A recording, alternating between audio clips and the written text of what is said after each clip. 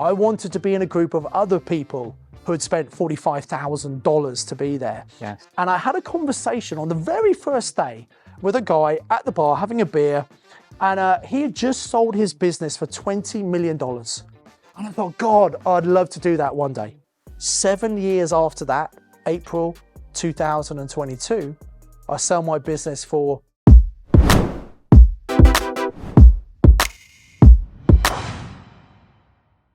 Simon, you've been running training programs for a long time, and I'm involved in training. Why do you think it is that a lot of people that come through training don't actually get the results that they initially expected when they do training? Yeah, that's a great question. And I think it comes down to a couple of things. Whether you do training or not, first thing you have to do is commit. You've got to decide, why do you want to invest in property? And I think a lot of people sometimes go to probably other people's trainings because they're looking for the get rich quick. And the reality is there is no get rich quick. You have to put in time and effort. Now, what I always tell people is the time and effort you put in is actually some of the best paid work you're ever going to do, because when you get a great property, you can hold it for life. You can get cash flow every month. You get someone else to manage it, and you literally work once and they get paid forever. Yes. And whereas, when I was working at Cadbury's many years ago, if you don't turn up to work, they kind of stop paying you. Yeah. And that's the best thing about property: work once, get paid forever. And I think, unfortunately, sometimes people are, maybe naively, they think it's going to be easy. Yes. And I think when sometimes people might do a course, and actually when I first started training people, people would come along, they'd love the training, they'd get great feedback, would offer money back guarantees. So it wasn't the course that was the problem. They go away and they realize how difficult it is when they're on their own, especially if family and friends and work colleagues just don't get it. And you and I both run mentoring and training because training alone isn't enough sometimes. People need that support, they need that accountability. So that's one reason. And I think the other reason is sometimes people just give up too quick, that they don't get the results as quick as they want. They know it takes time and effort, but they just give up, or they sometimes don't follow the training exactly to the letter. Yeah. They miss bits out. And the reason we train people is because we know what works. You just got to follow the process. But if you don't follow the process, but like when you're making a cake, you're making a chocolate cake, you miss out the chocolate, well, you're not going to get a chocolate cake. Yes. So that's my potted answer. I've heard you say many times, this is simple, but it's not easy. Yeah, absolutely. Yeah. And do you think because there's so many trainers, property trainers around now, you run one of the largest property training companies in the country. There's lots and lots of trainers. People have a huge amount of choice who they can go and learn from. Yeah. And do you think there's maybe some people in the industry are selling dreams as opposed to being more sincere about how difficult it is? Yeah. Because I always say, look, this stuff isn't easy. It can be life-changing, can make phenomenal amounts of money, but it's not easy. Yeah, I think some people do sell the dream. And what I say to people who are interested in training is there are a couple of checks you need to look at.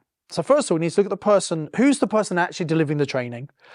Do they actually have experience themselves, or have they just learned how to deliver a course, which is unfortunately what some people have done? Yeah, because it's a skill in itself. It is a skill, yeah, absolutely. And that's an interesting point, actually, because there are some people who've been very successful in property themselves. That doesn't mean they're going to be able to transfer that knowledge to other people. Yes. So has the person done what you want to do personally, first of all? And I know you only teach stuff you've personally done, which is great, Saj, right? So have they done it? Secondly, have they become good at teaching other people, at simplifying those concepts and transferring that knowledge? Yes. And I guess the proof in the pudding is, do they have other people who they've been able to train and who've also been able to get similar results? Then you want to work with someone who's got some sort of guarantee. So when we do any of our 3-day courses, and I think you do the same thing, up to halfway through, if you're not absolutely delighted, you get all your money back. Yes. And, we're never going to be able to get that knowledge out of people's heads we've given them. And so I think that's a pretty fair thing. We don't do a guarantee on our mastermind, because our mastermind is all about helping people implement. It's not actually teaching that much new stuff. And we can't guarantee what they're going to do, but certainly the quality of the training, we can absolutely guarantee that. And then also, I think there's an interesting distinction between if people actually value the training they've done. And a lot of people do very free or very low cost training, like 2 or 3 days. And understandably, they're going to give some value, but they're going to do a lot of time promoting and selling their stuff because they've got to make money somehow. Yeah. Whereas we tend to have courses that people pay for, with a money back guarantee, because we don't have to sell. We then really focus on delivering great value to those people, getting them the information they need. And we might spend a small amount of time talking about the next step for those who are interested, but we deliver a great quality product. And when something's free, people don't value it as much. Whereas if people have paid their hard-earned money to be there, guess what? They listen more, they take more notes, they're more likely to take action. Yeah. So I think sometimes it's the course, maybe. Sometimes it's the way it's being sold. But I think it's sometimes the participants' attitude. Are they prepared to put effort in? And also, if they're trying to get everything for free, is that really going to give them the results they want? Yeah. Probably not. Yeah. That was definitely my mindset at the beginning when I was trying to learn, because I think No Money Down was fairly prevalent at the time when I started. It was, yeah. 16, 17 years ago. And I could see all these people talking about it and doing it. And I was thinking, can somebody just tell me how it kind of works so I can maybe give it a go? And I was trying to scrape all the information together for nothing, a few books. There was no Facebook at the time, a few forums. And it was so difficult. But do you think now we've shifted to the other end of the spectrum where we're in information overload? There's just so much information out there, and you have to decipher between what's good and what's just a load of rubbish. Exactly. Well, you put loads of great information out, I put loads of great information. Most of my stuff I actually give away for free. And that's the interesting thing. So when you come on a course that you've paid for, the information is in an ordered and structured way. So you don't have to work it out for yourself. You literally just apply what we're teaching, and it saves a huge amount of time. And I think there's Robert Kiyosaki, author of Rich Dad, Poor Dad, has got a great quote. He says, people with a poor mindset, they will spend their time to save money. So there's some people, and maybe because they don't have any money, they've got to spend all the time watching YouTube videos, which are great, by the way. But he said there's lots of them are maybe slightly overwhelmed. Yeah. Whereas people who have a rich mindset, we recognize that time is our most valuable resource. Yeah. And so if we're watching something, we're spending our time. Whereas if you pay for a course, you're hopefully reducing the amount of time it takes to get that knowledge, because you're learning from someone who's done it, who's been there, who's got the t-shirt, and they can save you making the expensive mistakes that most people would make when they're trying to learn it themselves for free. Yes, I remember hearing that quote from you for the first time that you mentioned it. And now when I think about my time every day, it's very compartmentalized and very structured, as I'm sure yours is as well. We can make more money all the time, but we just can't make more time. So how we use that time, that's our choice each day, how we do that. It's one of the most important decisions you're going to make in your life is how you use your time. So how long's PIN been running now? When was PIN originally established? So 2003 was when we set up the first PIN meeting, and it was a meeting not too far from where we're filming this, on the Hagley Road in Birmingham at the Plough and Harrow Hotel. And I really set it up because by that point I'd become financially independent. I'd managed to replace my income. But as I said earlier, I found it really a lonely journey because all my friends were working. None of my family had ever invested apart from their own homes. And I didn't have anyone to talk to. And I'd done all right, but also I realized I could probably have done better. Yes. And it took me 8 years to replace my income. Doing it very much on my own. There was no YouTube, the internet was only just really starting. There's no Facebook. There maybe were a few books, but I didn't even think about reading a book to learn about, but there were no courses. So I really started the hard way. And I went on a course in 2002. I had this leaflet come to my door. I'd already left my job, pretty much replaced my income. And this leaflet came there, do you want to be a property millionaire? I thought, well, that sounds good. And I went along to one of these free 2-hour previews. And sure enough, some of the stuff I knew, but they talked about stuff I didn't know. And I thought, wow, if I learned this for free in a 2-hour session, what would I learn if I spent a whole day with these people? So I went and spent a couple of £1,000, went away, and I definitely learned things I didn't know. It was really, really worth investing in myself. And I was already going on other courses that were personal development. So I was already investing in myself, but not typically in property. And I went off and I actually bought a property on Bristol Road, no money down as a result of that training. So I got my money back many, many times over, as you should do when you invest in yourself. But the momentum suddenly went down. And that, I think, was back end of 2002. And so about a year later, I kind of thought, you know what, actually, maybe I should put something together. And I was going to business network meetings, breakfast meetings where you meet other people. And I met a great solicitor, mortgage broker, accountant, everyone I needed for my property business. The problem was none of them actually owned property. They had their own homes, but didn't have investors. So again, they didn't really get what I was doing. So I thought, well, maybe there's some sort of group. So I went online, had a look, and there was nothing anywhere in the UK. So I thought, well, I'm going to set a group up. And that's how PIN started. Yes.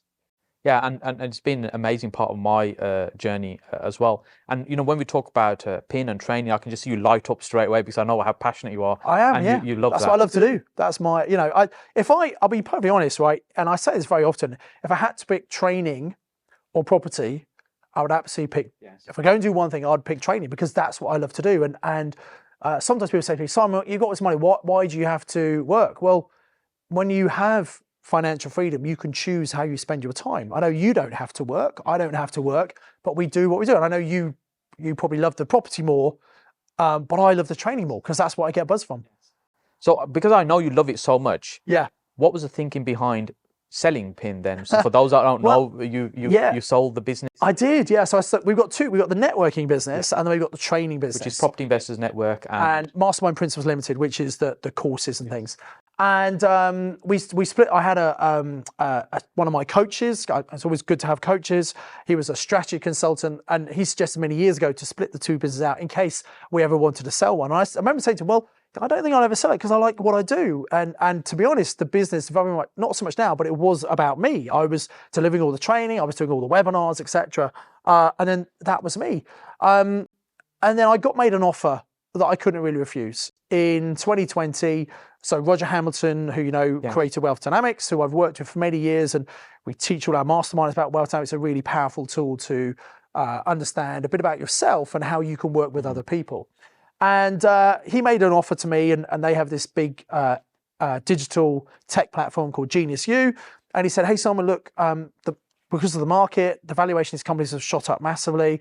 We're going to do an IPO, initial purchase offering on the New York Stock Exchange. Love to buy your business. And I kind of said, I don't know if I want to sell, Roger. So we sat down and had a talk, and I thought, that's a really good offer. And I would never, for a manager-owned and run business, you'd never get that kind of offer, really. So it was a very good multiplier on profit.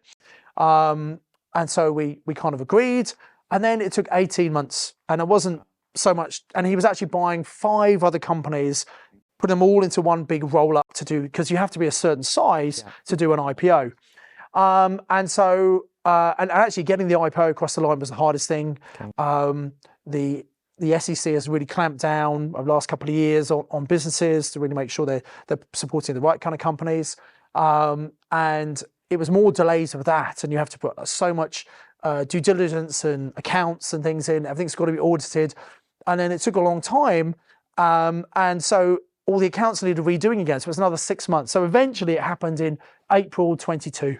Okay. And one of my best memories was going to the New York Stock Exchange in May and standing on the platform and ringing the bell. Yeah. It was just, I remember seeing that on Facebook, yeah. A very special opportunity that most people just would never even get. So that was pretty amazing, really. And I agreed to stay on as CEO to obviously run it because I love doing what I do. I don't have to, but I want to. And I want to look after the business. I've got some great employees. I want to make sure it continues to prosper.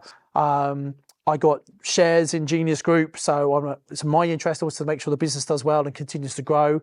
And I've put a great manager in place to run the business. And Andy Haynes, you know very well, who's been running Mastermind with me for many years. He's pretty much taken over Mastermind now.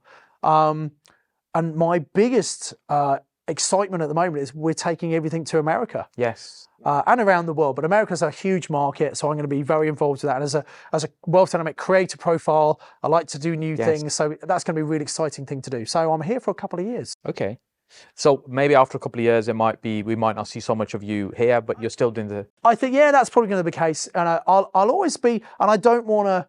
I'm not going to compete. I'm not going to run training about property to compete with my former business.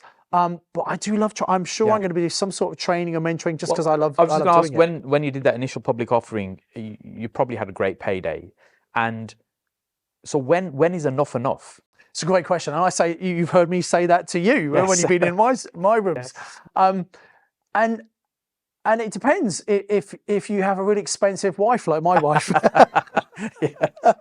Hi, honey, I know you're watching. High maintenance snap, just in case. No, but but it's not just about that. It's I've got a lot of things I want to do, and some of those need money. And actually, I don't have kids, so I've got a bit of a big legacy to pass on, and I want to set that up, a bit of a foundation. So I think you got to realize when you have money, and a lot of people don't have, that's why they want to get into property to get money. But when you have money, you realize that money's not the most important thing.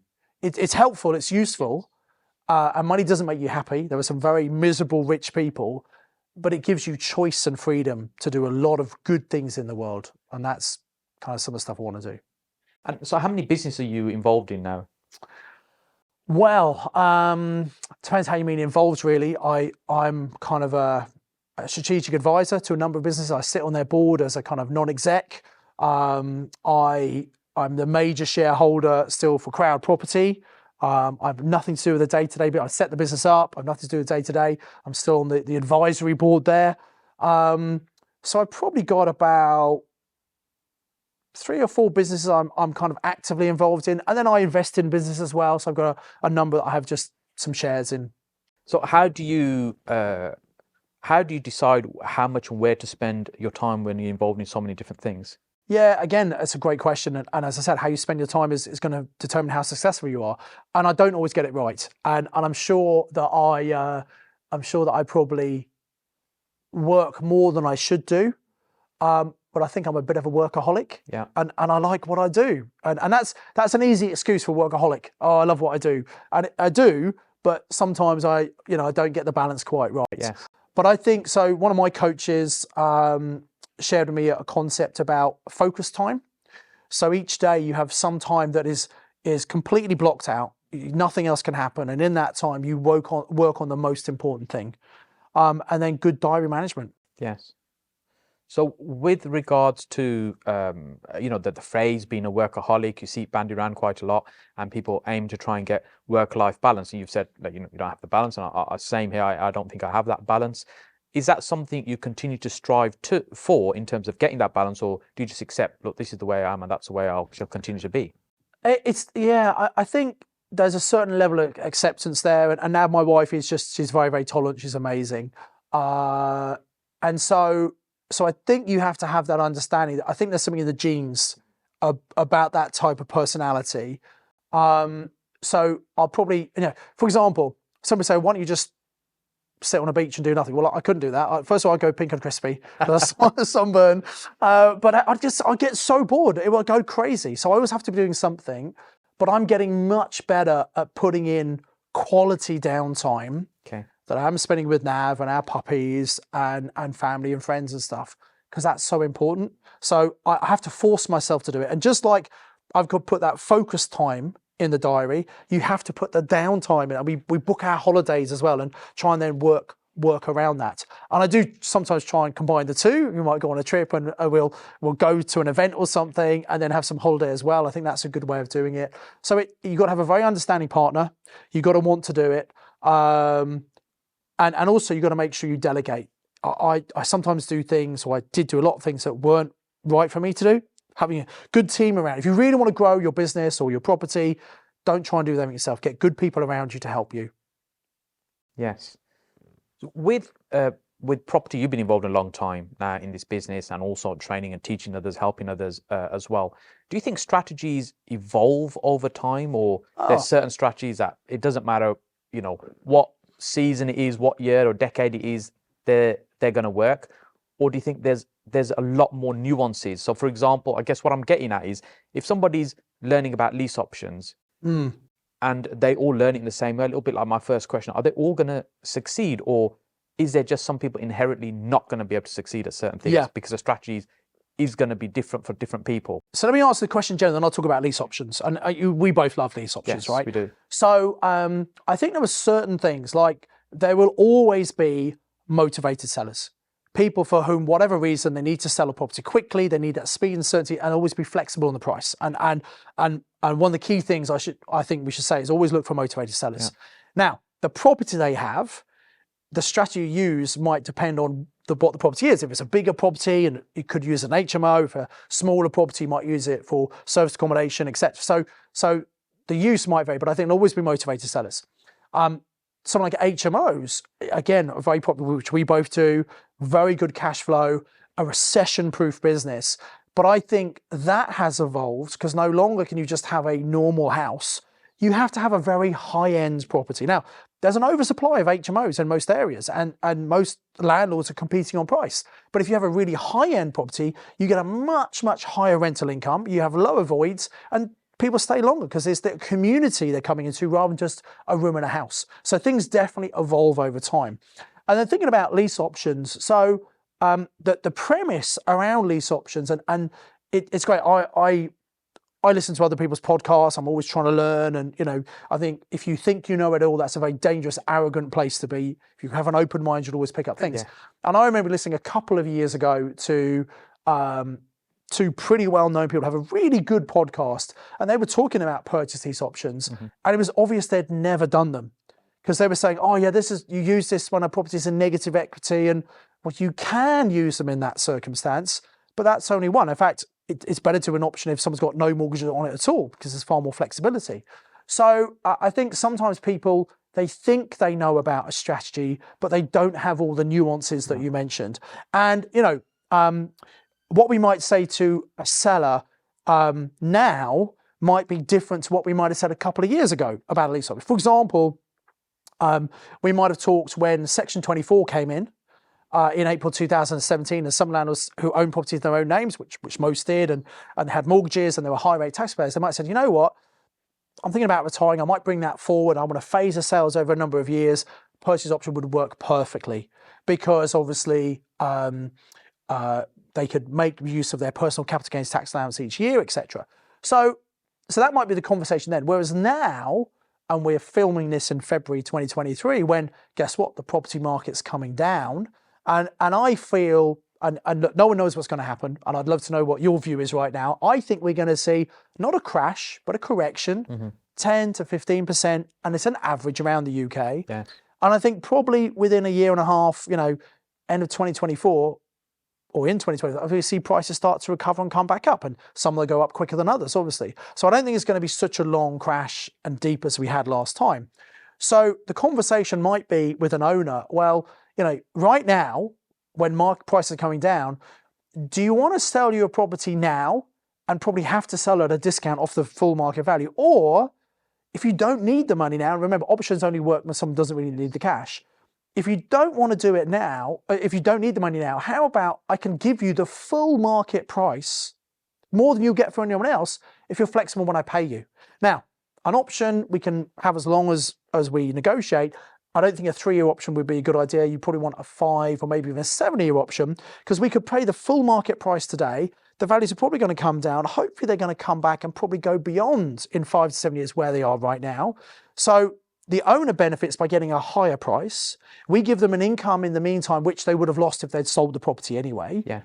And if you add that on to the price, they're going to get more money eventually. And it's giving us enough time to have the market come up. So the conversation we have with owner might be different because the market's changed. Whereas people who learn one thing once and don't keep themselves updated, they might be using something that's not the best approach because the market's moved on. Does that make sense? Yeah, they need to move when the market moves as well. Absolutely. So we're talking about now recessionary times. The market's much slower than it was. Yep. It was fairly crazy last year, and it seems to be much easier now. I'm in agreement with yourself, where I think the market's maybe 10%. It's going to be less than what it was before. But then we've had maybe a 20% rise in prices over the last couple of years. Yeah. So 10% is what probably a correction, but we're still up for what it was a few years ago. I think it will be similar to just before COVID. Yeah. Is probably a good estimate, because COVID was crazy, and look, I thought, and you were probably the same, Saj, when the Bank of England put their statement out in, I think it was May 2020, saying that they thought property prices would come down 16%. Yeah. I was thinking, it's probably due for a bit of a correction, and that's probably, I buy into that. So I expected by the end of 2020 prices would have come down. Yes. And then the government stepped in and very wisely they introduced furlough. So instead of millions of people being unemployed who wouldn't have been able to pay their mortgage, people were then sitting at home on 80% of the salary. That was one thing. They introduced the stamp duty holidays. They brought in the bounce back loans, which weren't supposed to be used for property, but I'm sure a huge amount of money was used and put in, right? So all these things and that's why we had this incredible boom for like 2 years, very unexpected, but a government can step in at any time and have some sort of intervention, and no one can predict that. Yeah, they're a massive influence on the property market. Absolutely, yeah. They completely control, regardless what you say, they control the property market. They do. And it's in their interest because property is one of the key drivers, and construction of property and all the associated industries is one of the key drivers of the UK economy. So that's why whilst retail shut down during COVID, they wanted to keep construction open. That's why you could still work on building sites. Yeah, our construction sites were still open where we were building, our maintenance teams were still running, our letting agents were still running, where everything else was like a ghost town. Yeah, exactly. Yeah. So the government realised that the UK economy needs real estate, needs property, needs real estate. Yeah. So what do you think is the biggest opportunity then right now for somebody either just getting started or somebody who's already in property in these next year and a half, 2 years? What do you think is the single biggest opportunity? So, I mean, we've talked about this before, that there's always people coming into the market, lots of people are starting, and lots of people who are exiting and retiring. They've been in 10, 20, 30 years. They've had a really good run at it. They've had some great capital growth. Think, you know what, I'm going to sit on a beach and go pink and crispy now, or whatever they're going to do, right? And so that always happens. But I believe that the next couple of years, and for the last few years, and increasingly the next few years, there are going to be more and more people who are deciding to cash in early. They might have a big portfolio. They might just be an accidental landlord with one property, but they're deciding, you know what, it's just not worth it anymore. We've had interest rates during 2022 go up. The Bank of England base rate was 0.5% for almost a decade. And time of filming this is now 4%. So there are some people who've had properties a long time. They've had a variable mortgage, which has only been maybe Bank of England base rate plus 1.5 or 2%. So the effective pay rate might have been 2 to 3% maybe, which is lower than if you were buying a property new. So they've had a low mortgage, they've had really good cash flow, even on single let properties, and they've been very happy. And even when Section 24 came in April 2017 and phased over 4 years, a lot of people, they're paying a bit more tax, but they didn't really feel the effects because they still had good cash flow. Now the interest rate has gone up so much. Many of those people, unfortunately, are in a situation where they're not making any money on that property now. It's negative cash flow. Yes. And yet, because of Section 24 and the way the tax is calculated, on paper, they're making a profit. So at the end of the tax year, they're going to have to dig into their pocket and have to pay the tax man. That is going to be the final straw that makes a lot of people go, you know what? I'm out of here. Add to that the fact that properties have to have a C rating for EPCs in 2025. Add all the changes, you know, are they going to ban Section 21s? Yes, they are. No, they're not. Yes, they are. You know, all this legislation coming in.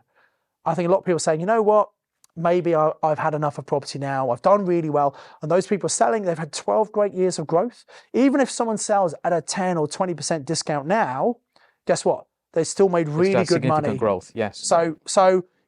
So I think the opportunity is looking for those people, particularly landlords who are looking to sell up, because maybe they don't actually need the money. They just don't want the property anymore. So they could do an option. They could do vendor finance, which I know we've both done as well.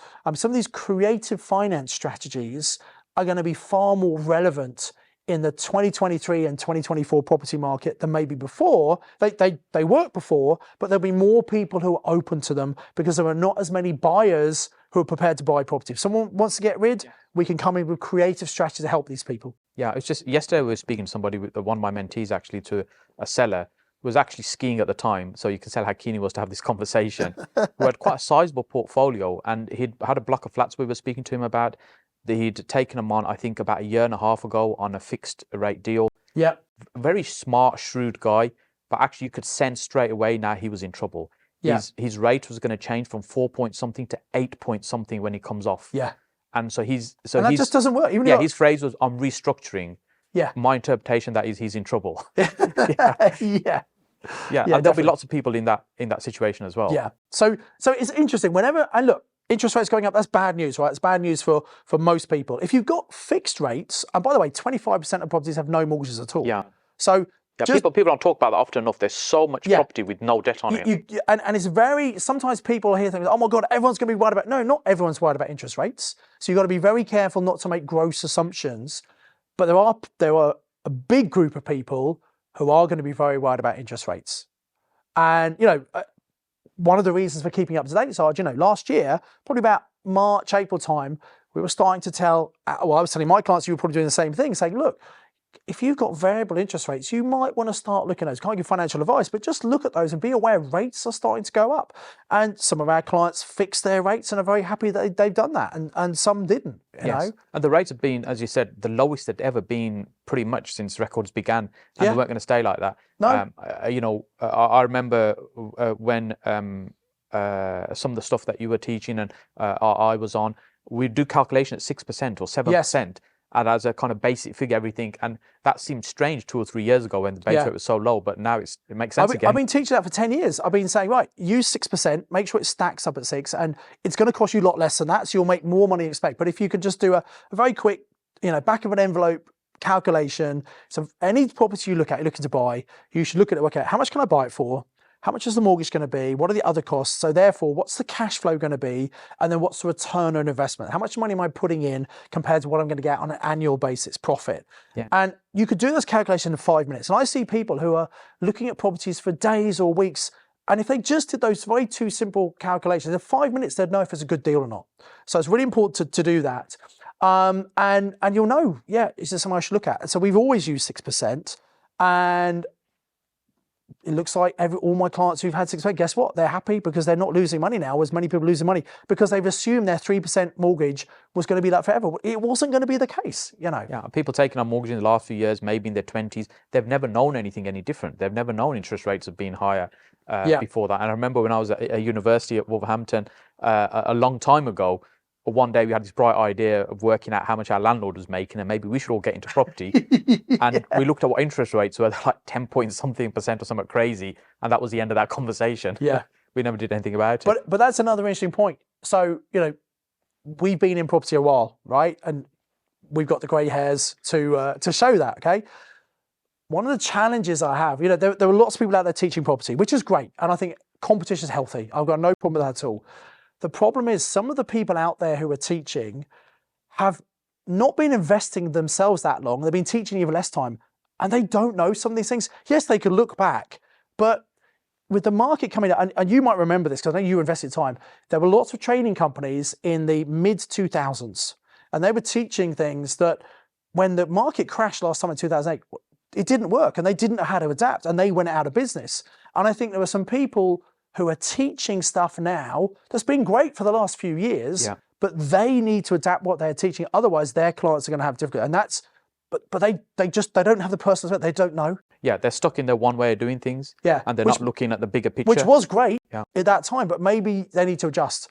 So it's, for anyone watching this, you've got to be careful that people you're listening to, how long have they actually been doing this? And that's a really important point to look at. Because they just might not, and there's nothing wrong with the people, they just don't have the experience. Yes. So in terms of meeting people and being around an environment, we know the importance of an environment. You know, we both run networking events. Your network is your net worth. Absolutely. But how important is it to somebody's success to be in an environment with other people that are doing the same thing? Okay. Or on a similar mindset, similar journey? So a couple of points there. First of all, it's really difficult to do stuff on your own. Even if you're a really determined person, it's still hard. And especially if your family, friends, workers just don't get it, and if they're negative. And look, most people would think, oh my God, it's a really bad time to invest in property, property prices coming down. That's the general media, that's the media, the general public, etc. And that's probably what most people think. And they're probably right, given the knowledge they have. But when you know what you're doing, we would both say now, I'm so excited about now, it's a great time to invest, as long as you know what you're doing. But most people don't know, and so their belief is that it's not a good time. So if you have enough people around you telling you, oh, should you really be doing that? You know, you'll start to listen and take those thoughts on. So you need people around you who believe and think the same way as you, to be on the same wavelength as them, to really get that support, because things go wrong in property. There are challenges all the time. And if you come up against problems and then you've got people around saying, oh, I told you shouldn't do this, that might be enough for you to think, you know what, okay, I'm not going to do it. Whereas if you've got people around saying, look, don't worry, these things happen, here's how you get around it, it helps you overcome that problem and keep going. So that's the first thing about the support. The other thing is that I think it builds your belief. It's all very well to look at people like you and me who've done quite a lot in the past. Well, that's okay for you. You've been doing it so long. But if you're in a group of other people, and there are some other people there who might be quite new, and they're starting to get results and traction as well, it helps build your belief that, oh yeah, if they can do it, I can do it as well. So that's really important to get those like-minded people around you. And also, within a good group, you can have some people who are like you and some people who are further on than you, and you can be aspirational towards them. And you know, I mentioned we sold the business earlier. I don't mind, it was in the media, so I don't mind saying how much it was for, but interestingly, so how much was it for? Oh, I'll come to that in a minute. Since you raised the money. So I was in a mentoring group with Roger Hammers. So Roger was mentoring me, and we were talking about this. The group was talking, say, what groups was he in that helped raise his level. So he told me about one in America that I'm a member of that I go to. So I fly to America. Well, it stopped during COVID. I'm just starting to go back now. But I'd fly 3 times a year to Phoenix, which is a 10.5-hour flight from Heathrow. And some people have difficulty traveling from London to Birmingham. Well, this is the point I was about to make, right? I'd fly, and I like to go business, and I use points where I can, but you still have to pay something as well. Then you've got the accommodation. Then so it probably cost me about $40,000 a year to be in this group with all the flights and everything. And some people, they struggle to go from London to Birmingham. Yes. And you kind of think, really? How important is it for you if you're not willing to even make that Exactly. sacrifice? So that just shows the level of my commitment. And you know, the first thing I did was, the first time I really did this was when I went to Tony Robbins' UPW in the year 2000, signed up for his university mastery, which was like on about $10,000 at the time. But you then had to pay for your flights and your accommodation. And I had to go to Hawaii, I had to go to Miami, and I did it. And it's one of the best things I did. I didn't know how I was going to pay for it at the time, but I just thought I'd find a way. It's about making that decision and commitment, right? And then, so interesting. So Roger said, Roger said, hey, there's this group of people who go to Necker Island. And I've told you about this, right? I remember the story. And it's, anyone can pay to go to Necker Island, which is where Richard Branson, he doesn't live on Necker Island, he lives on Mosquito Island now, which is the next one, but he used to live on Necker Island. And you could pay and you're going to go and have one. You know, you get film stars and very wealthy people to go there, but anyone can go. But this is a particular trip that happens once a year with a group, and they've been for like, at the time, they've been for like 7 years in a row. And they would always pay extra money towards Virgin Unite, which is Richard's charity. And Richard would guarantee to be there for the week. And so you'd have dinners and things with him and some interaction. He'd do a Q&A, that kind of stuff. And that was amazing. And look, I'm a big fan of Richard Branson, but they vet you. You have to have an, it's not, they don't want loads of groupies there. And no crazy fans. And yeah, exactly. And the price tag kind of puts, it's $45,000, right? For 6 days. And you've got to pay for your flights to get there. But you know what? And at the time, I thought, okay, that's a lot of money to spend. But I thought, hey, it'd be great to meet Richard Branson. But I wouldn't spend that just because I already met Richard Branson. I was on stage at an event. He was speaking. I already met him. But I thought it'd be cool to go and hang out. Yeah. And I thought I'll learn some amazing stuff there. So I went for those 6 days. And yes, I did learn some interesting things. But actually, it was the environment. I wanted to be in a group of other people who had spent $45,000 to be there. Yes. And I had a conversation on the very first day with a guy at the bar having a beer, and he had just sold his business for $20 million. And this was April 2015. And I thought, God, I'd love to do that one day, right? And that thought went in my mind. But then we think, oh, I'll never be able to. Or some people think, oh, I'll never be able to invest in property. Then, throughout that week, I got to know the guy, nice guy, and I thought, you know what? He's not that different from me. And if he's done it, maybe I could do that one day. So it built my belief. Yes. So nothing to do with the stuff I learned. It's about mindset. And I believe that mindset is one of the most important things we need to continually work on. And so that was a thought. And by the way, Roger Hamilton had introduced me to that, and he was on that trip, so I got to know him better there. And then almost to the day, 7 years after that, April 2022, wow, I sell my business for £15 million, wow, which is not quite $20 million, but it's not far off. One of your businesses. One of my, I still have a few others. So one of my businesses.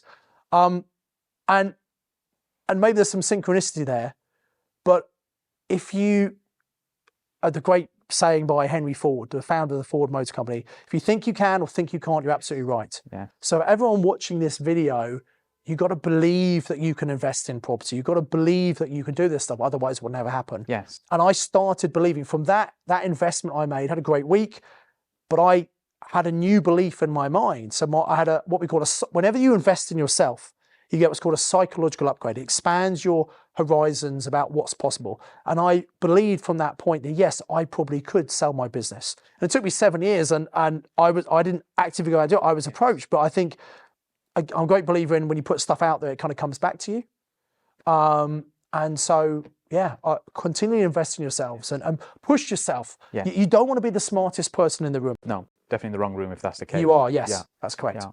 I remember I was involved with PIN for about 9 years, and I used to go to that Hagley Road meeting. Yes. You used to do pizza at that time as well. Then you stopped doing pizza. We used to do a buffet. I remember, yeah, exactly, yeah. And I remember meeting lots of people during networking, and some people doing amazing things, and people talk about your mastermind group as well. And at that time, truth be told, I was not in a great place, absolutely skint at that time. And I was trying to figure out, how can I get involved in property? And the belief was you need huge amounts of money. You need a lot of money to get involved in property, which is why I never really took much interest. I thought I haven't got huge amounts of money to get involved. Yeah. But then understanding people were building property businesses and portfolios from very little money. And I remember I was very keen to try and get involved in that environment. And I thought if I could spend more time with these people, if I could learn, there'd be so much benefit just being in that environment. Yes. And that's where the penny really dropped for me in terms of networking and environment. Yeah. And then for those that don't know the story, that I joined Mastermind, which is quite a significant investment, but I was skint at the time. Yep. So how did that happen? Well, that was through the networking connections, friends and relationships I'd built, where somebody invested for us both really to go on together. Yes. And that just created another level for me, because now it was a case of this person has invested in me. I've now got to not only return. You got to deliver. Yeah, right? I've got to return it, but I've got to sort my life out. And I think the environment was the biggest single factor for me, and which is why I've been such a big fan of networking and creating that environment for people. Absolutely. And look, networking is great, and it's a great place to start. And people come to your or our networking meetings, and I really, if they've not been, they should really go and check that out, because they're missing out if they've not done that. And it's a small investment. As I don't know how much it has, £20 to go along. Yeah.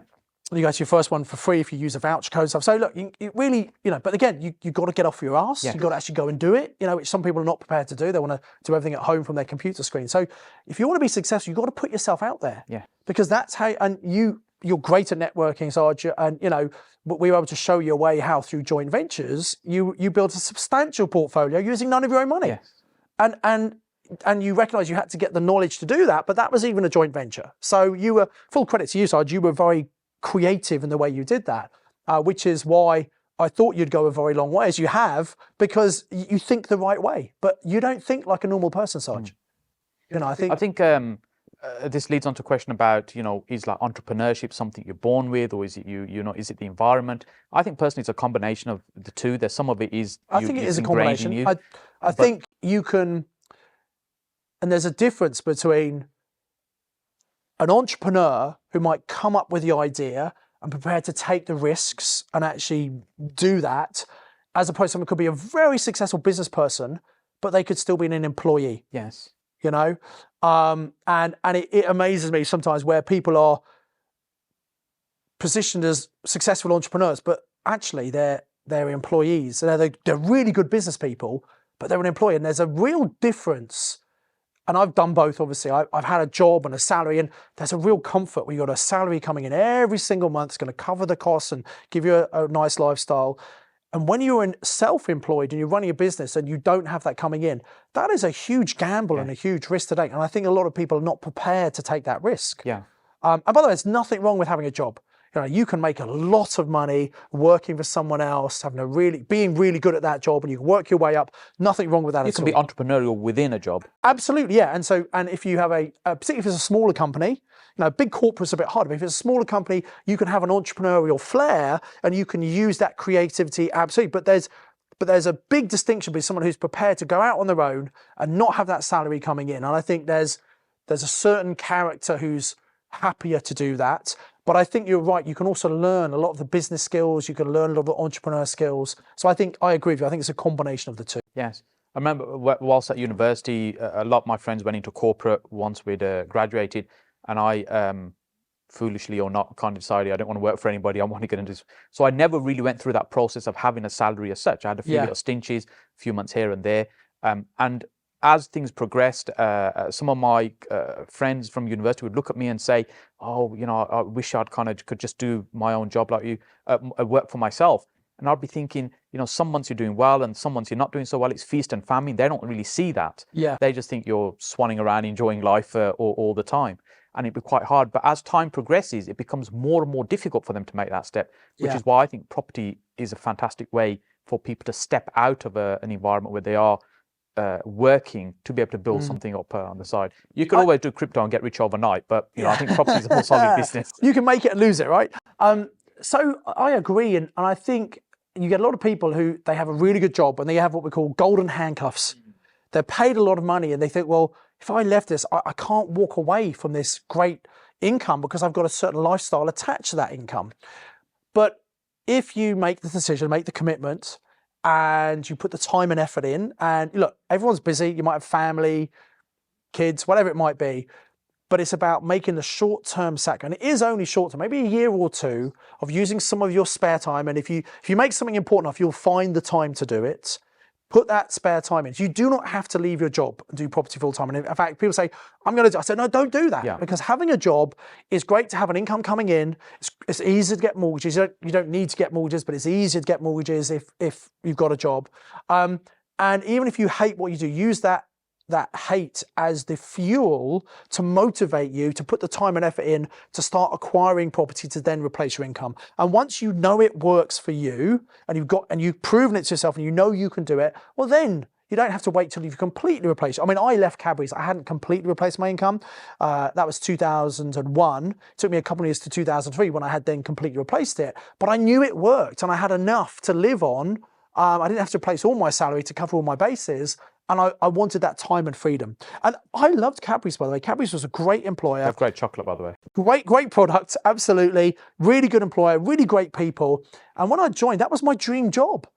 You know, I joined, I expected to kind of work my way through the ranks. I was on the graduate scheme, a fast track management program. You finish as a senior manager after 2 or 3 years. So I did that and I loved what I did, but I just loved my freedom a little bit more than that.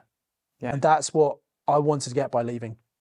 So Simon, there's a lot of content you put out for free as well and help people, and then for a small investment as well. Like your book, for example, it was one of the first books I read on property. So how many years is that been? Well, time of recording this, February 23.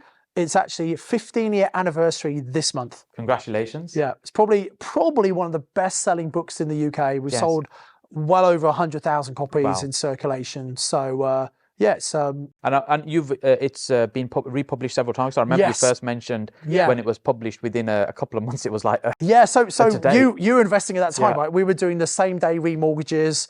The market changed, and Mortgage Express, who were doing that, they stopped that in May 2008. So chapter number 2, which was the first ever book that literally step by step explained how you could buy property using literally none of your own money.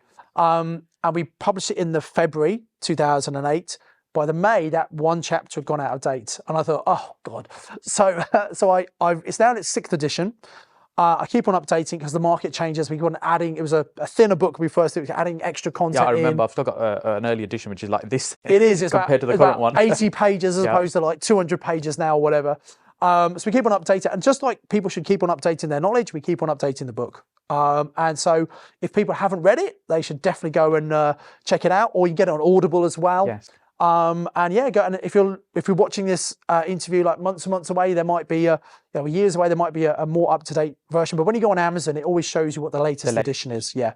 And somebody wants to come along. By the way, would you believe it? Right, there are some people who go on Amazon, and they buy when you go on to an older version, and you can get older versions on there, and the people sell second-hand ones and things for a couple of quid, whatever.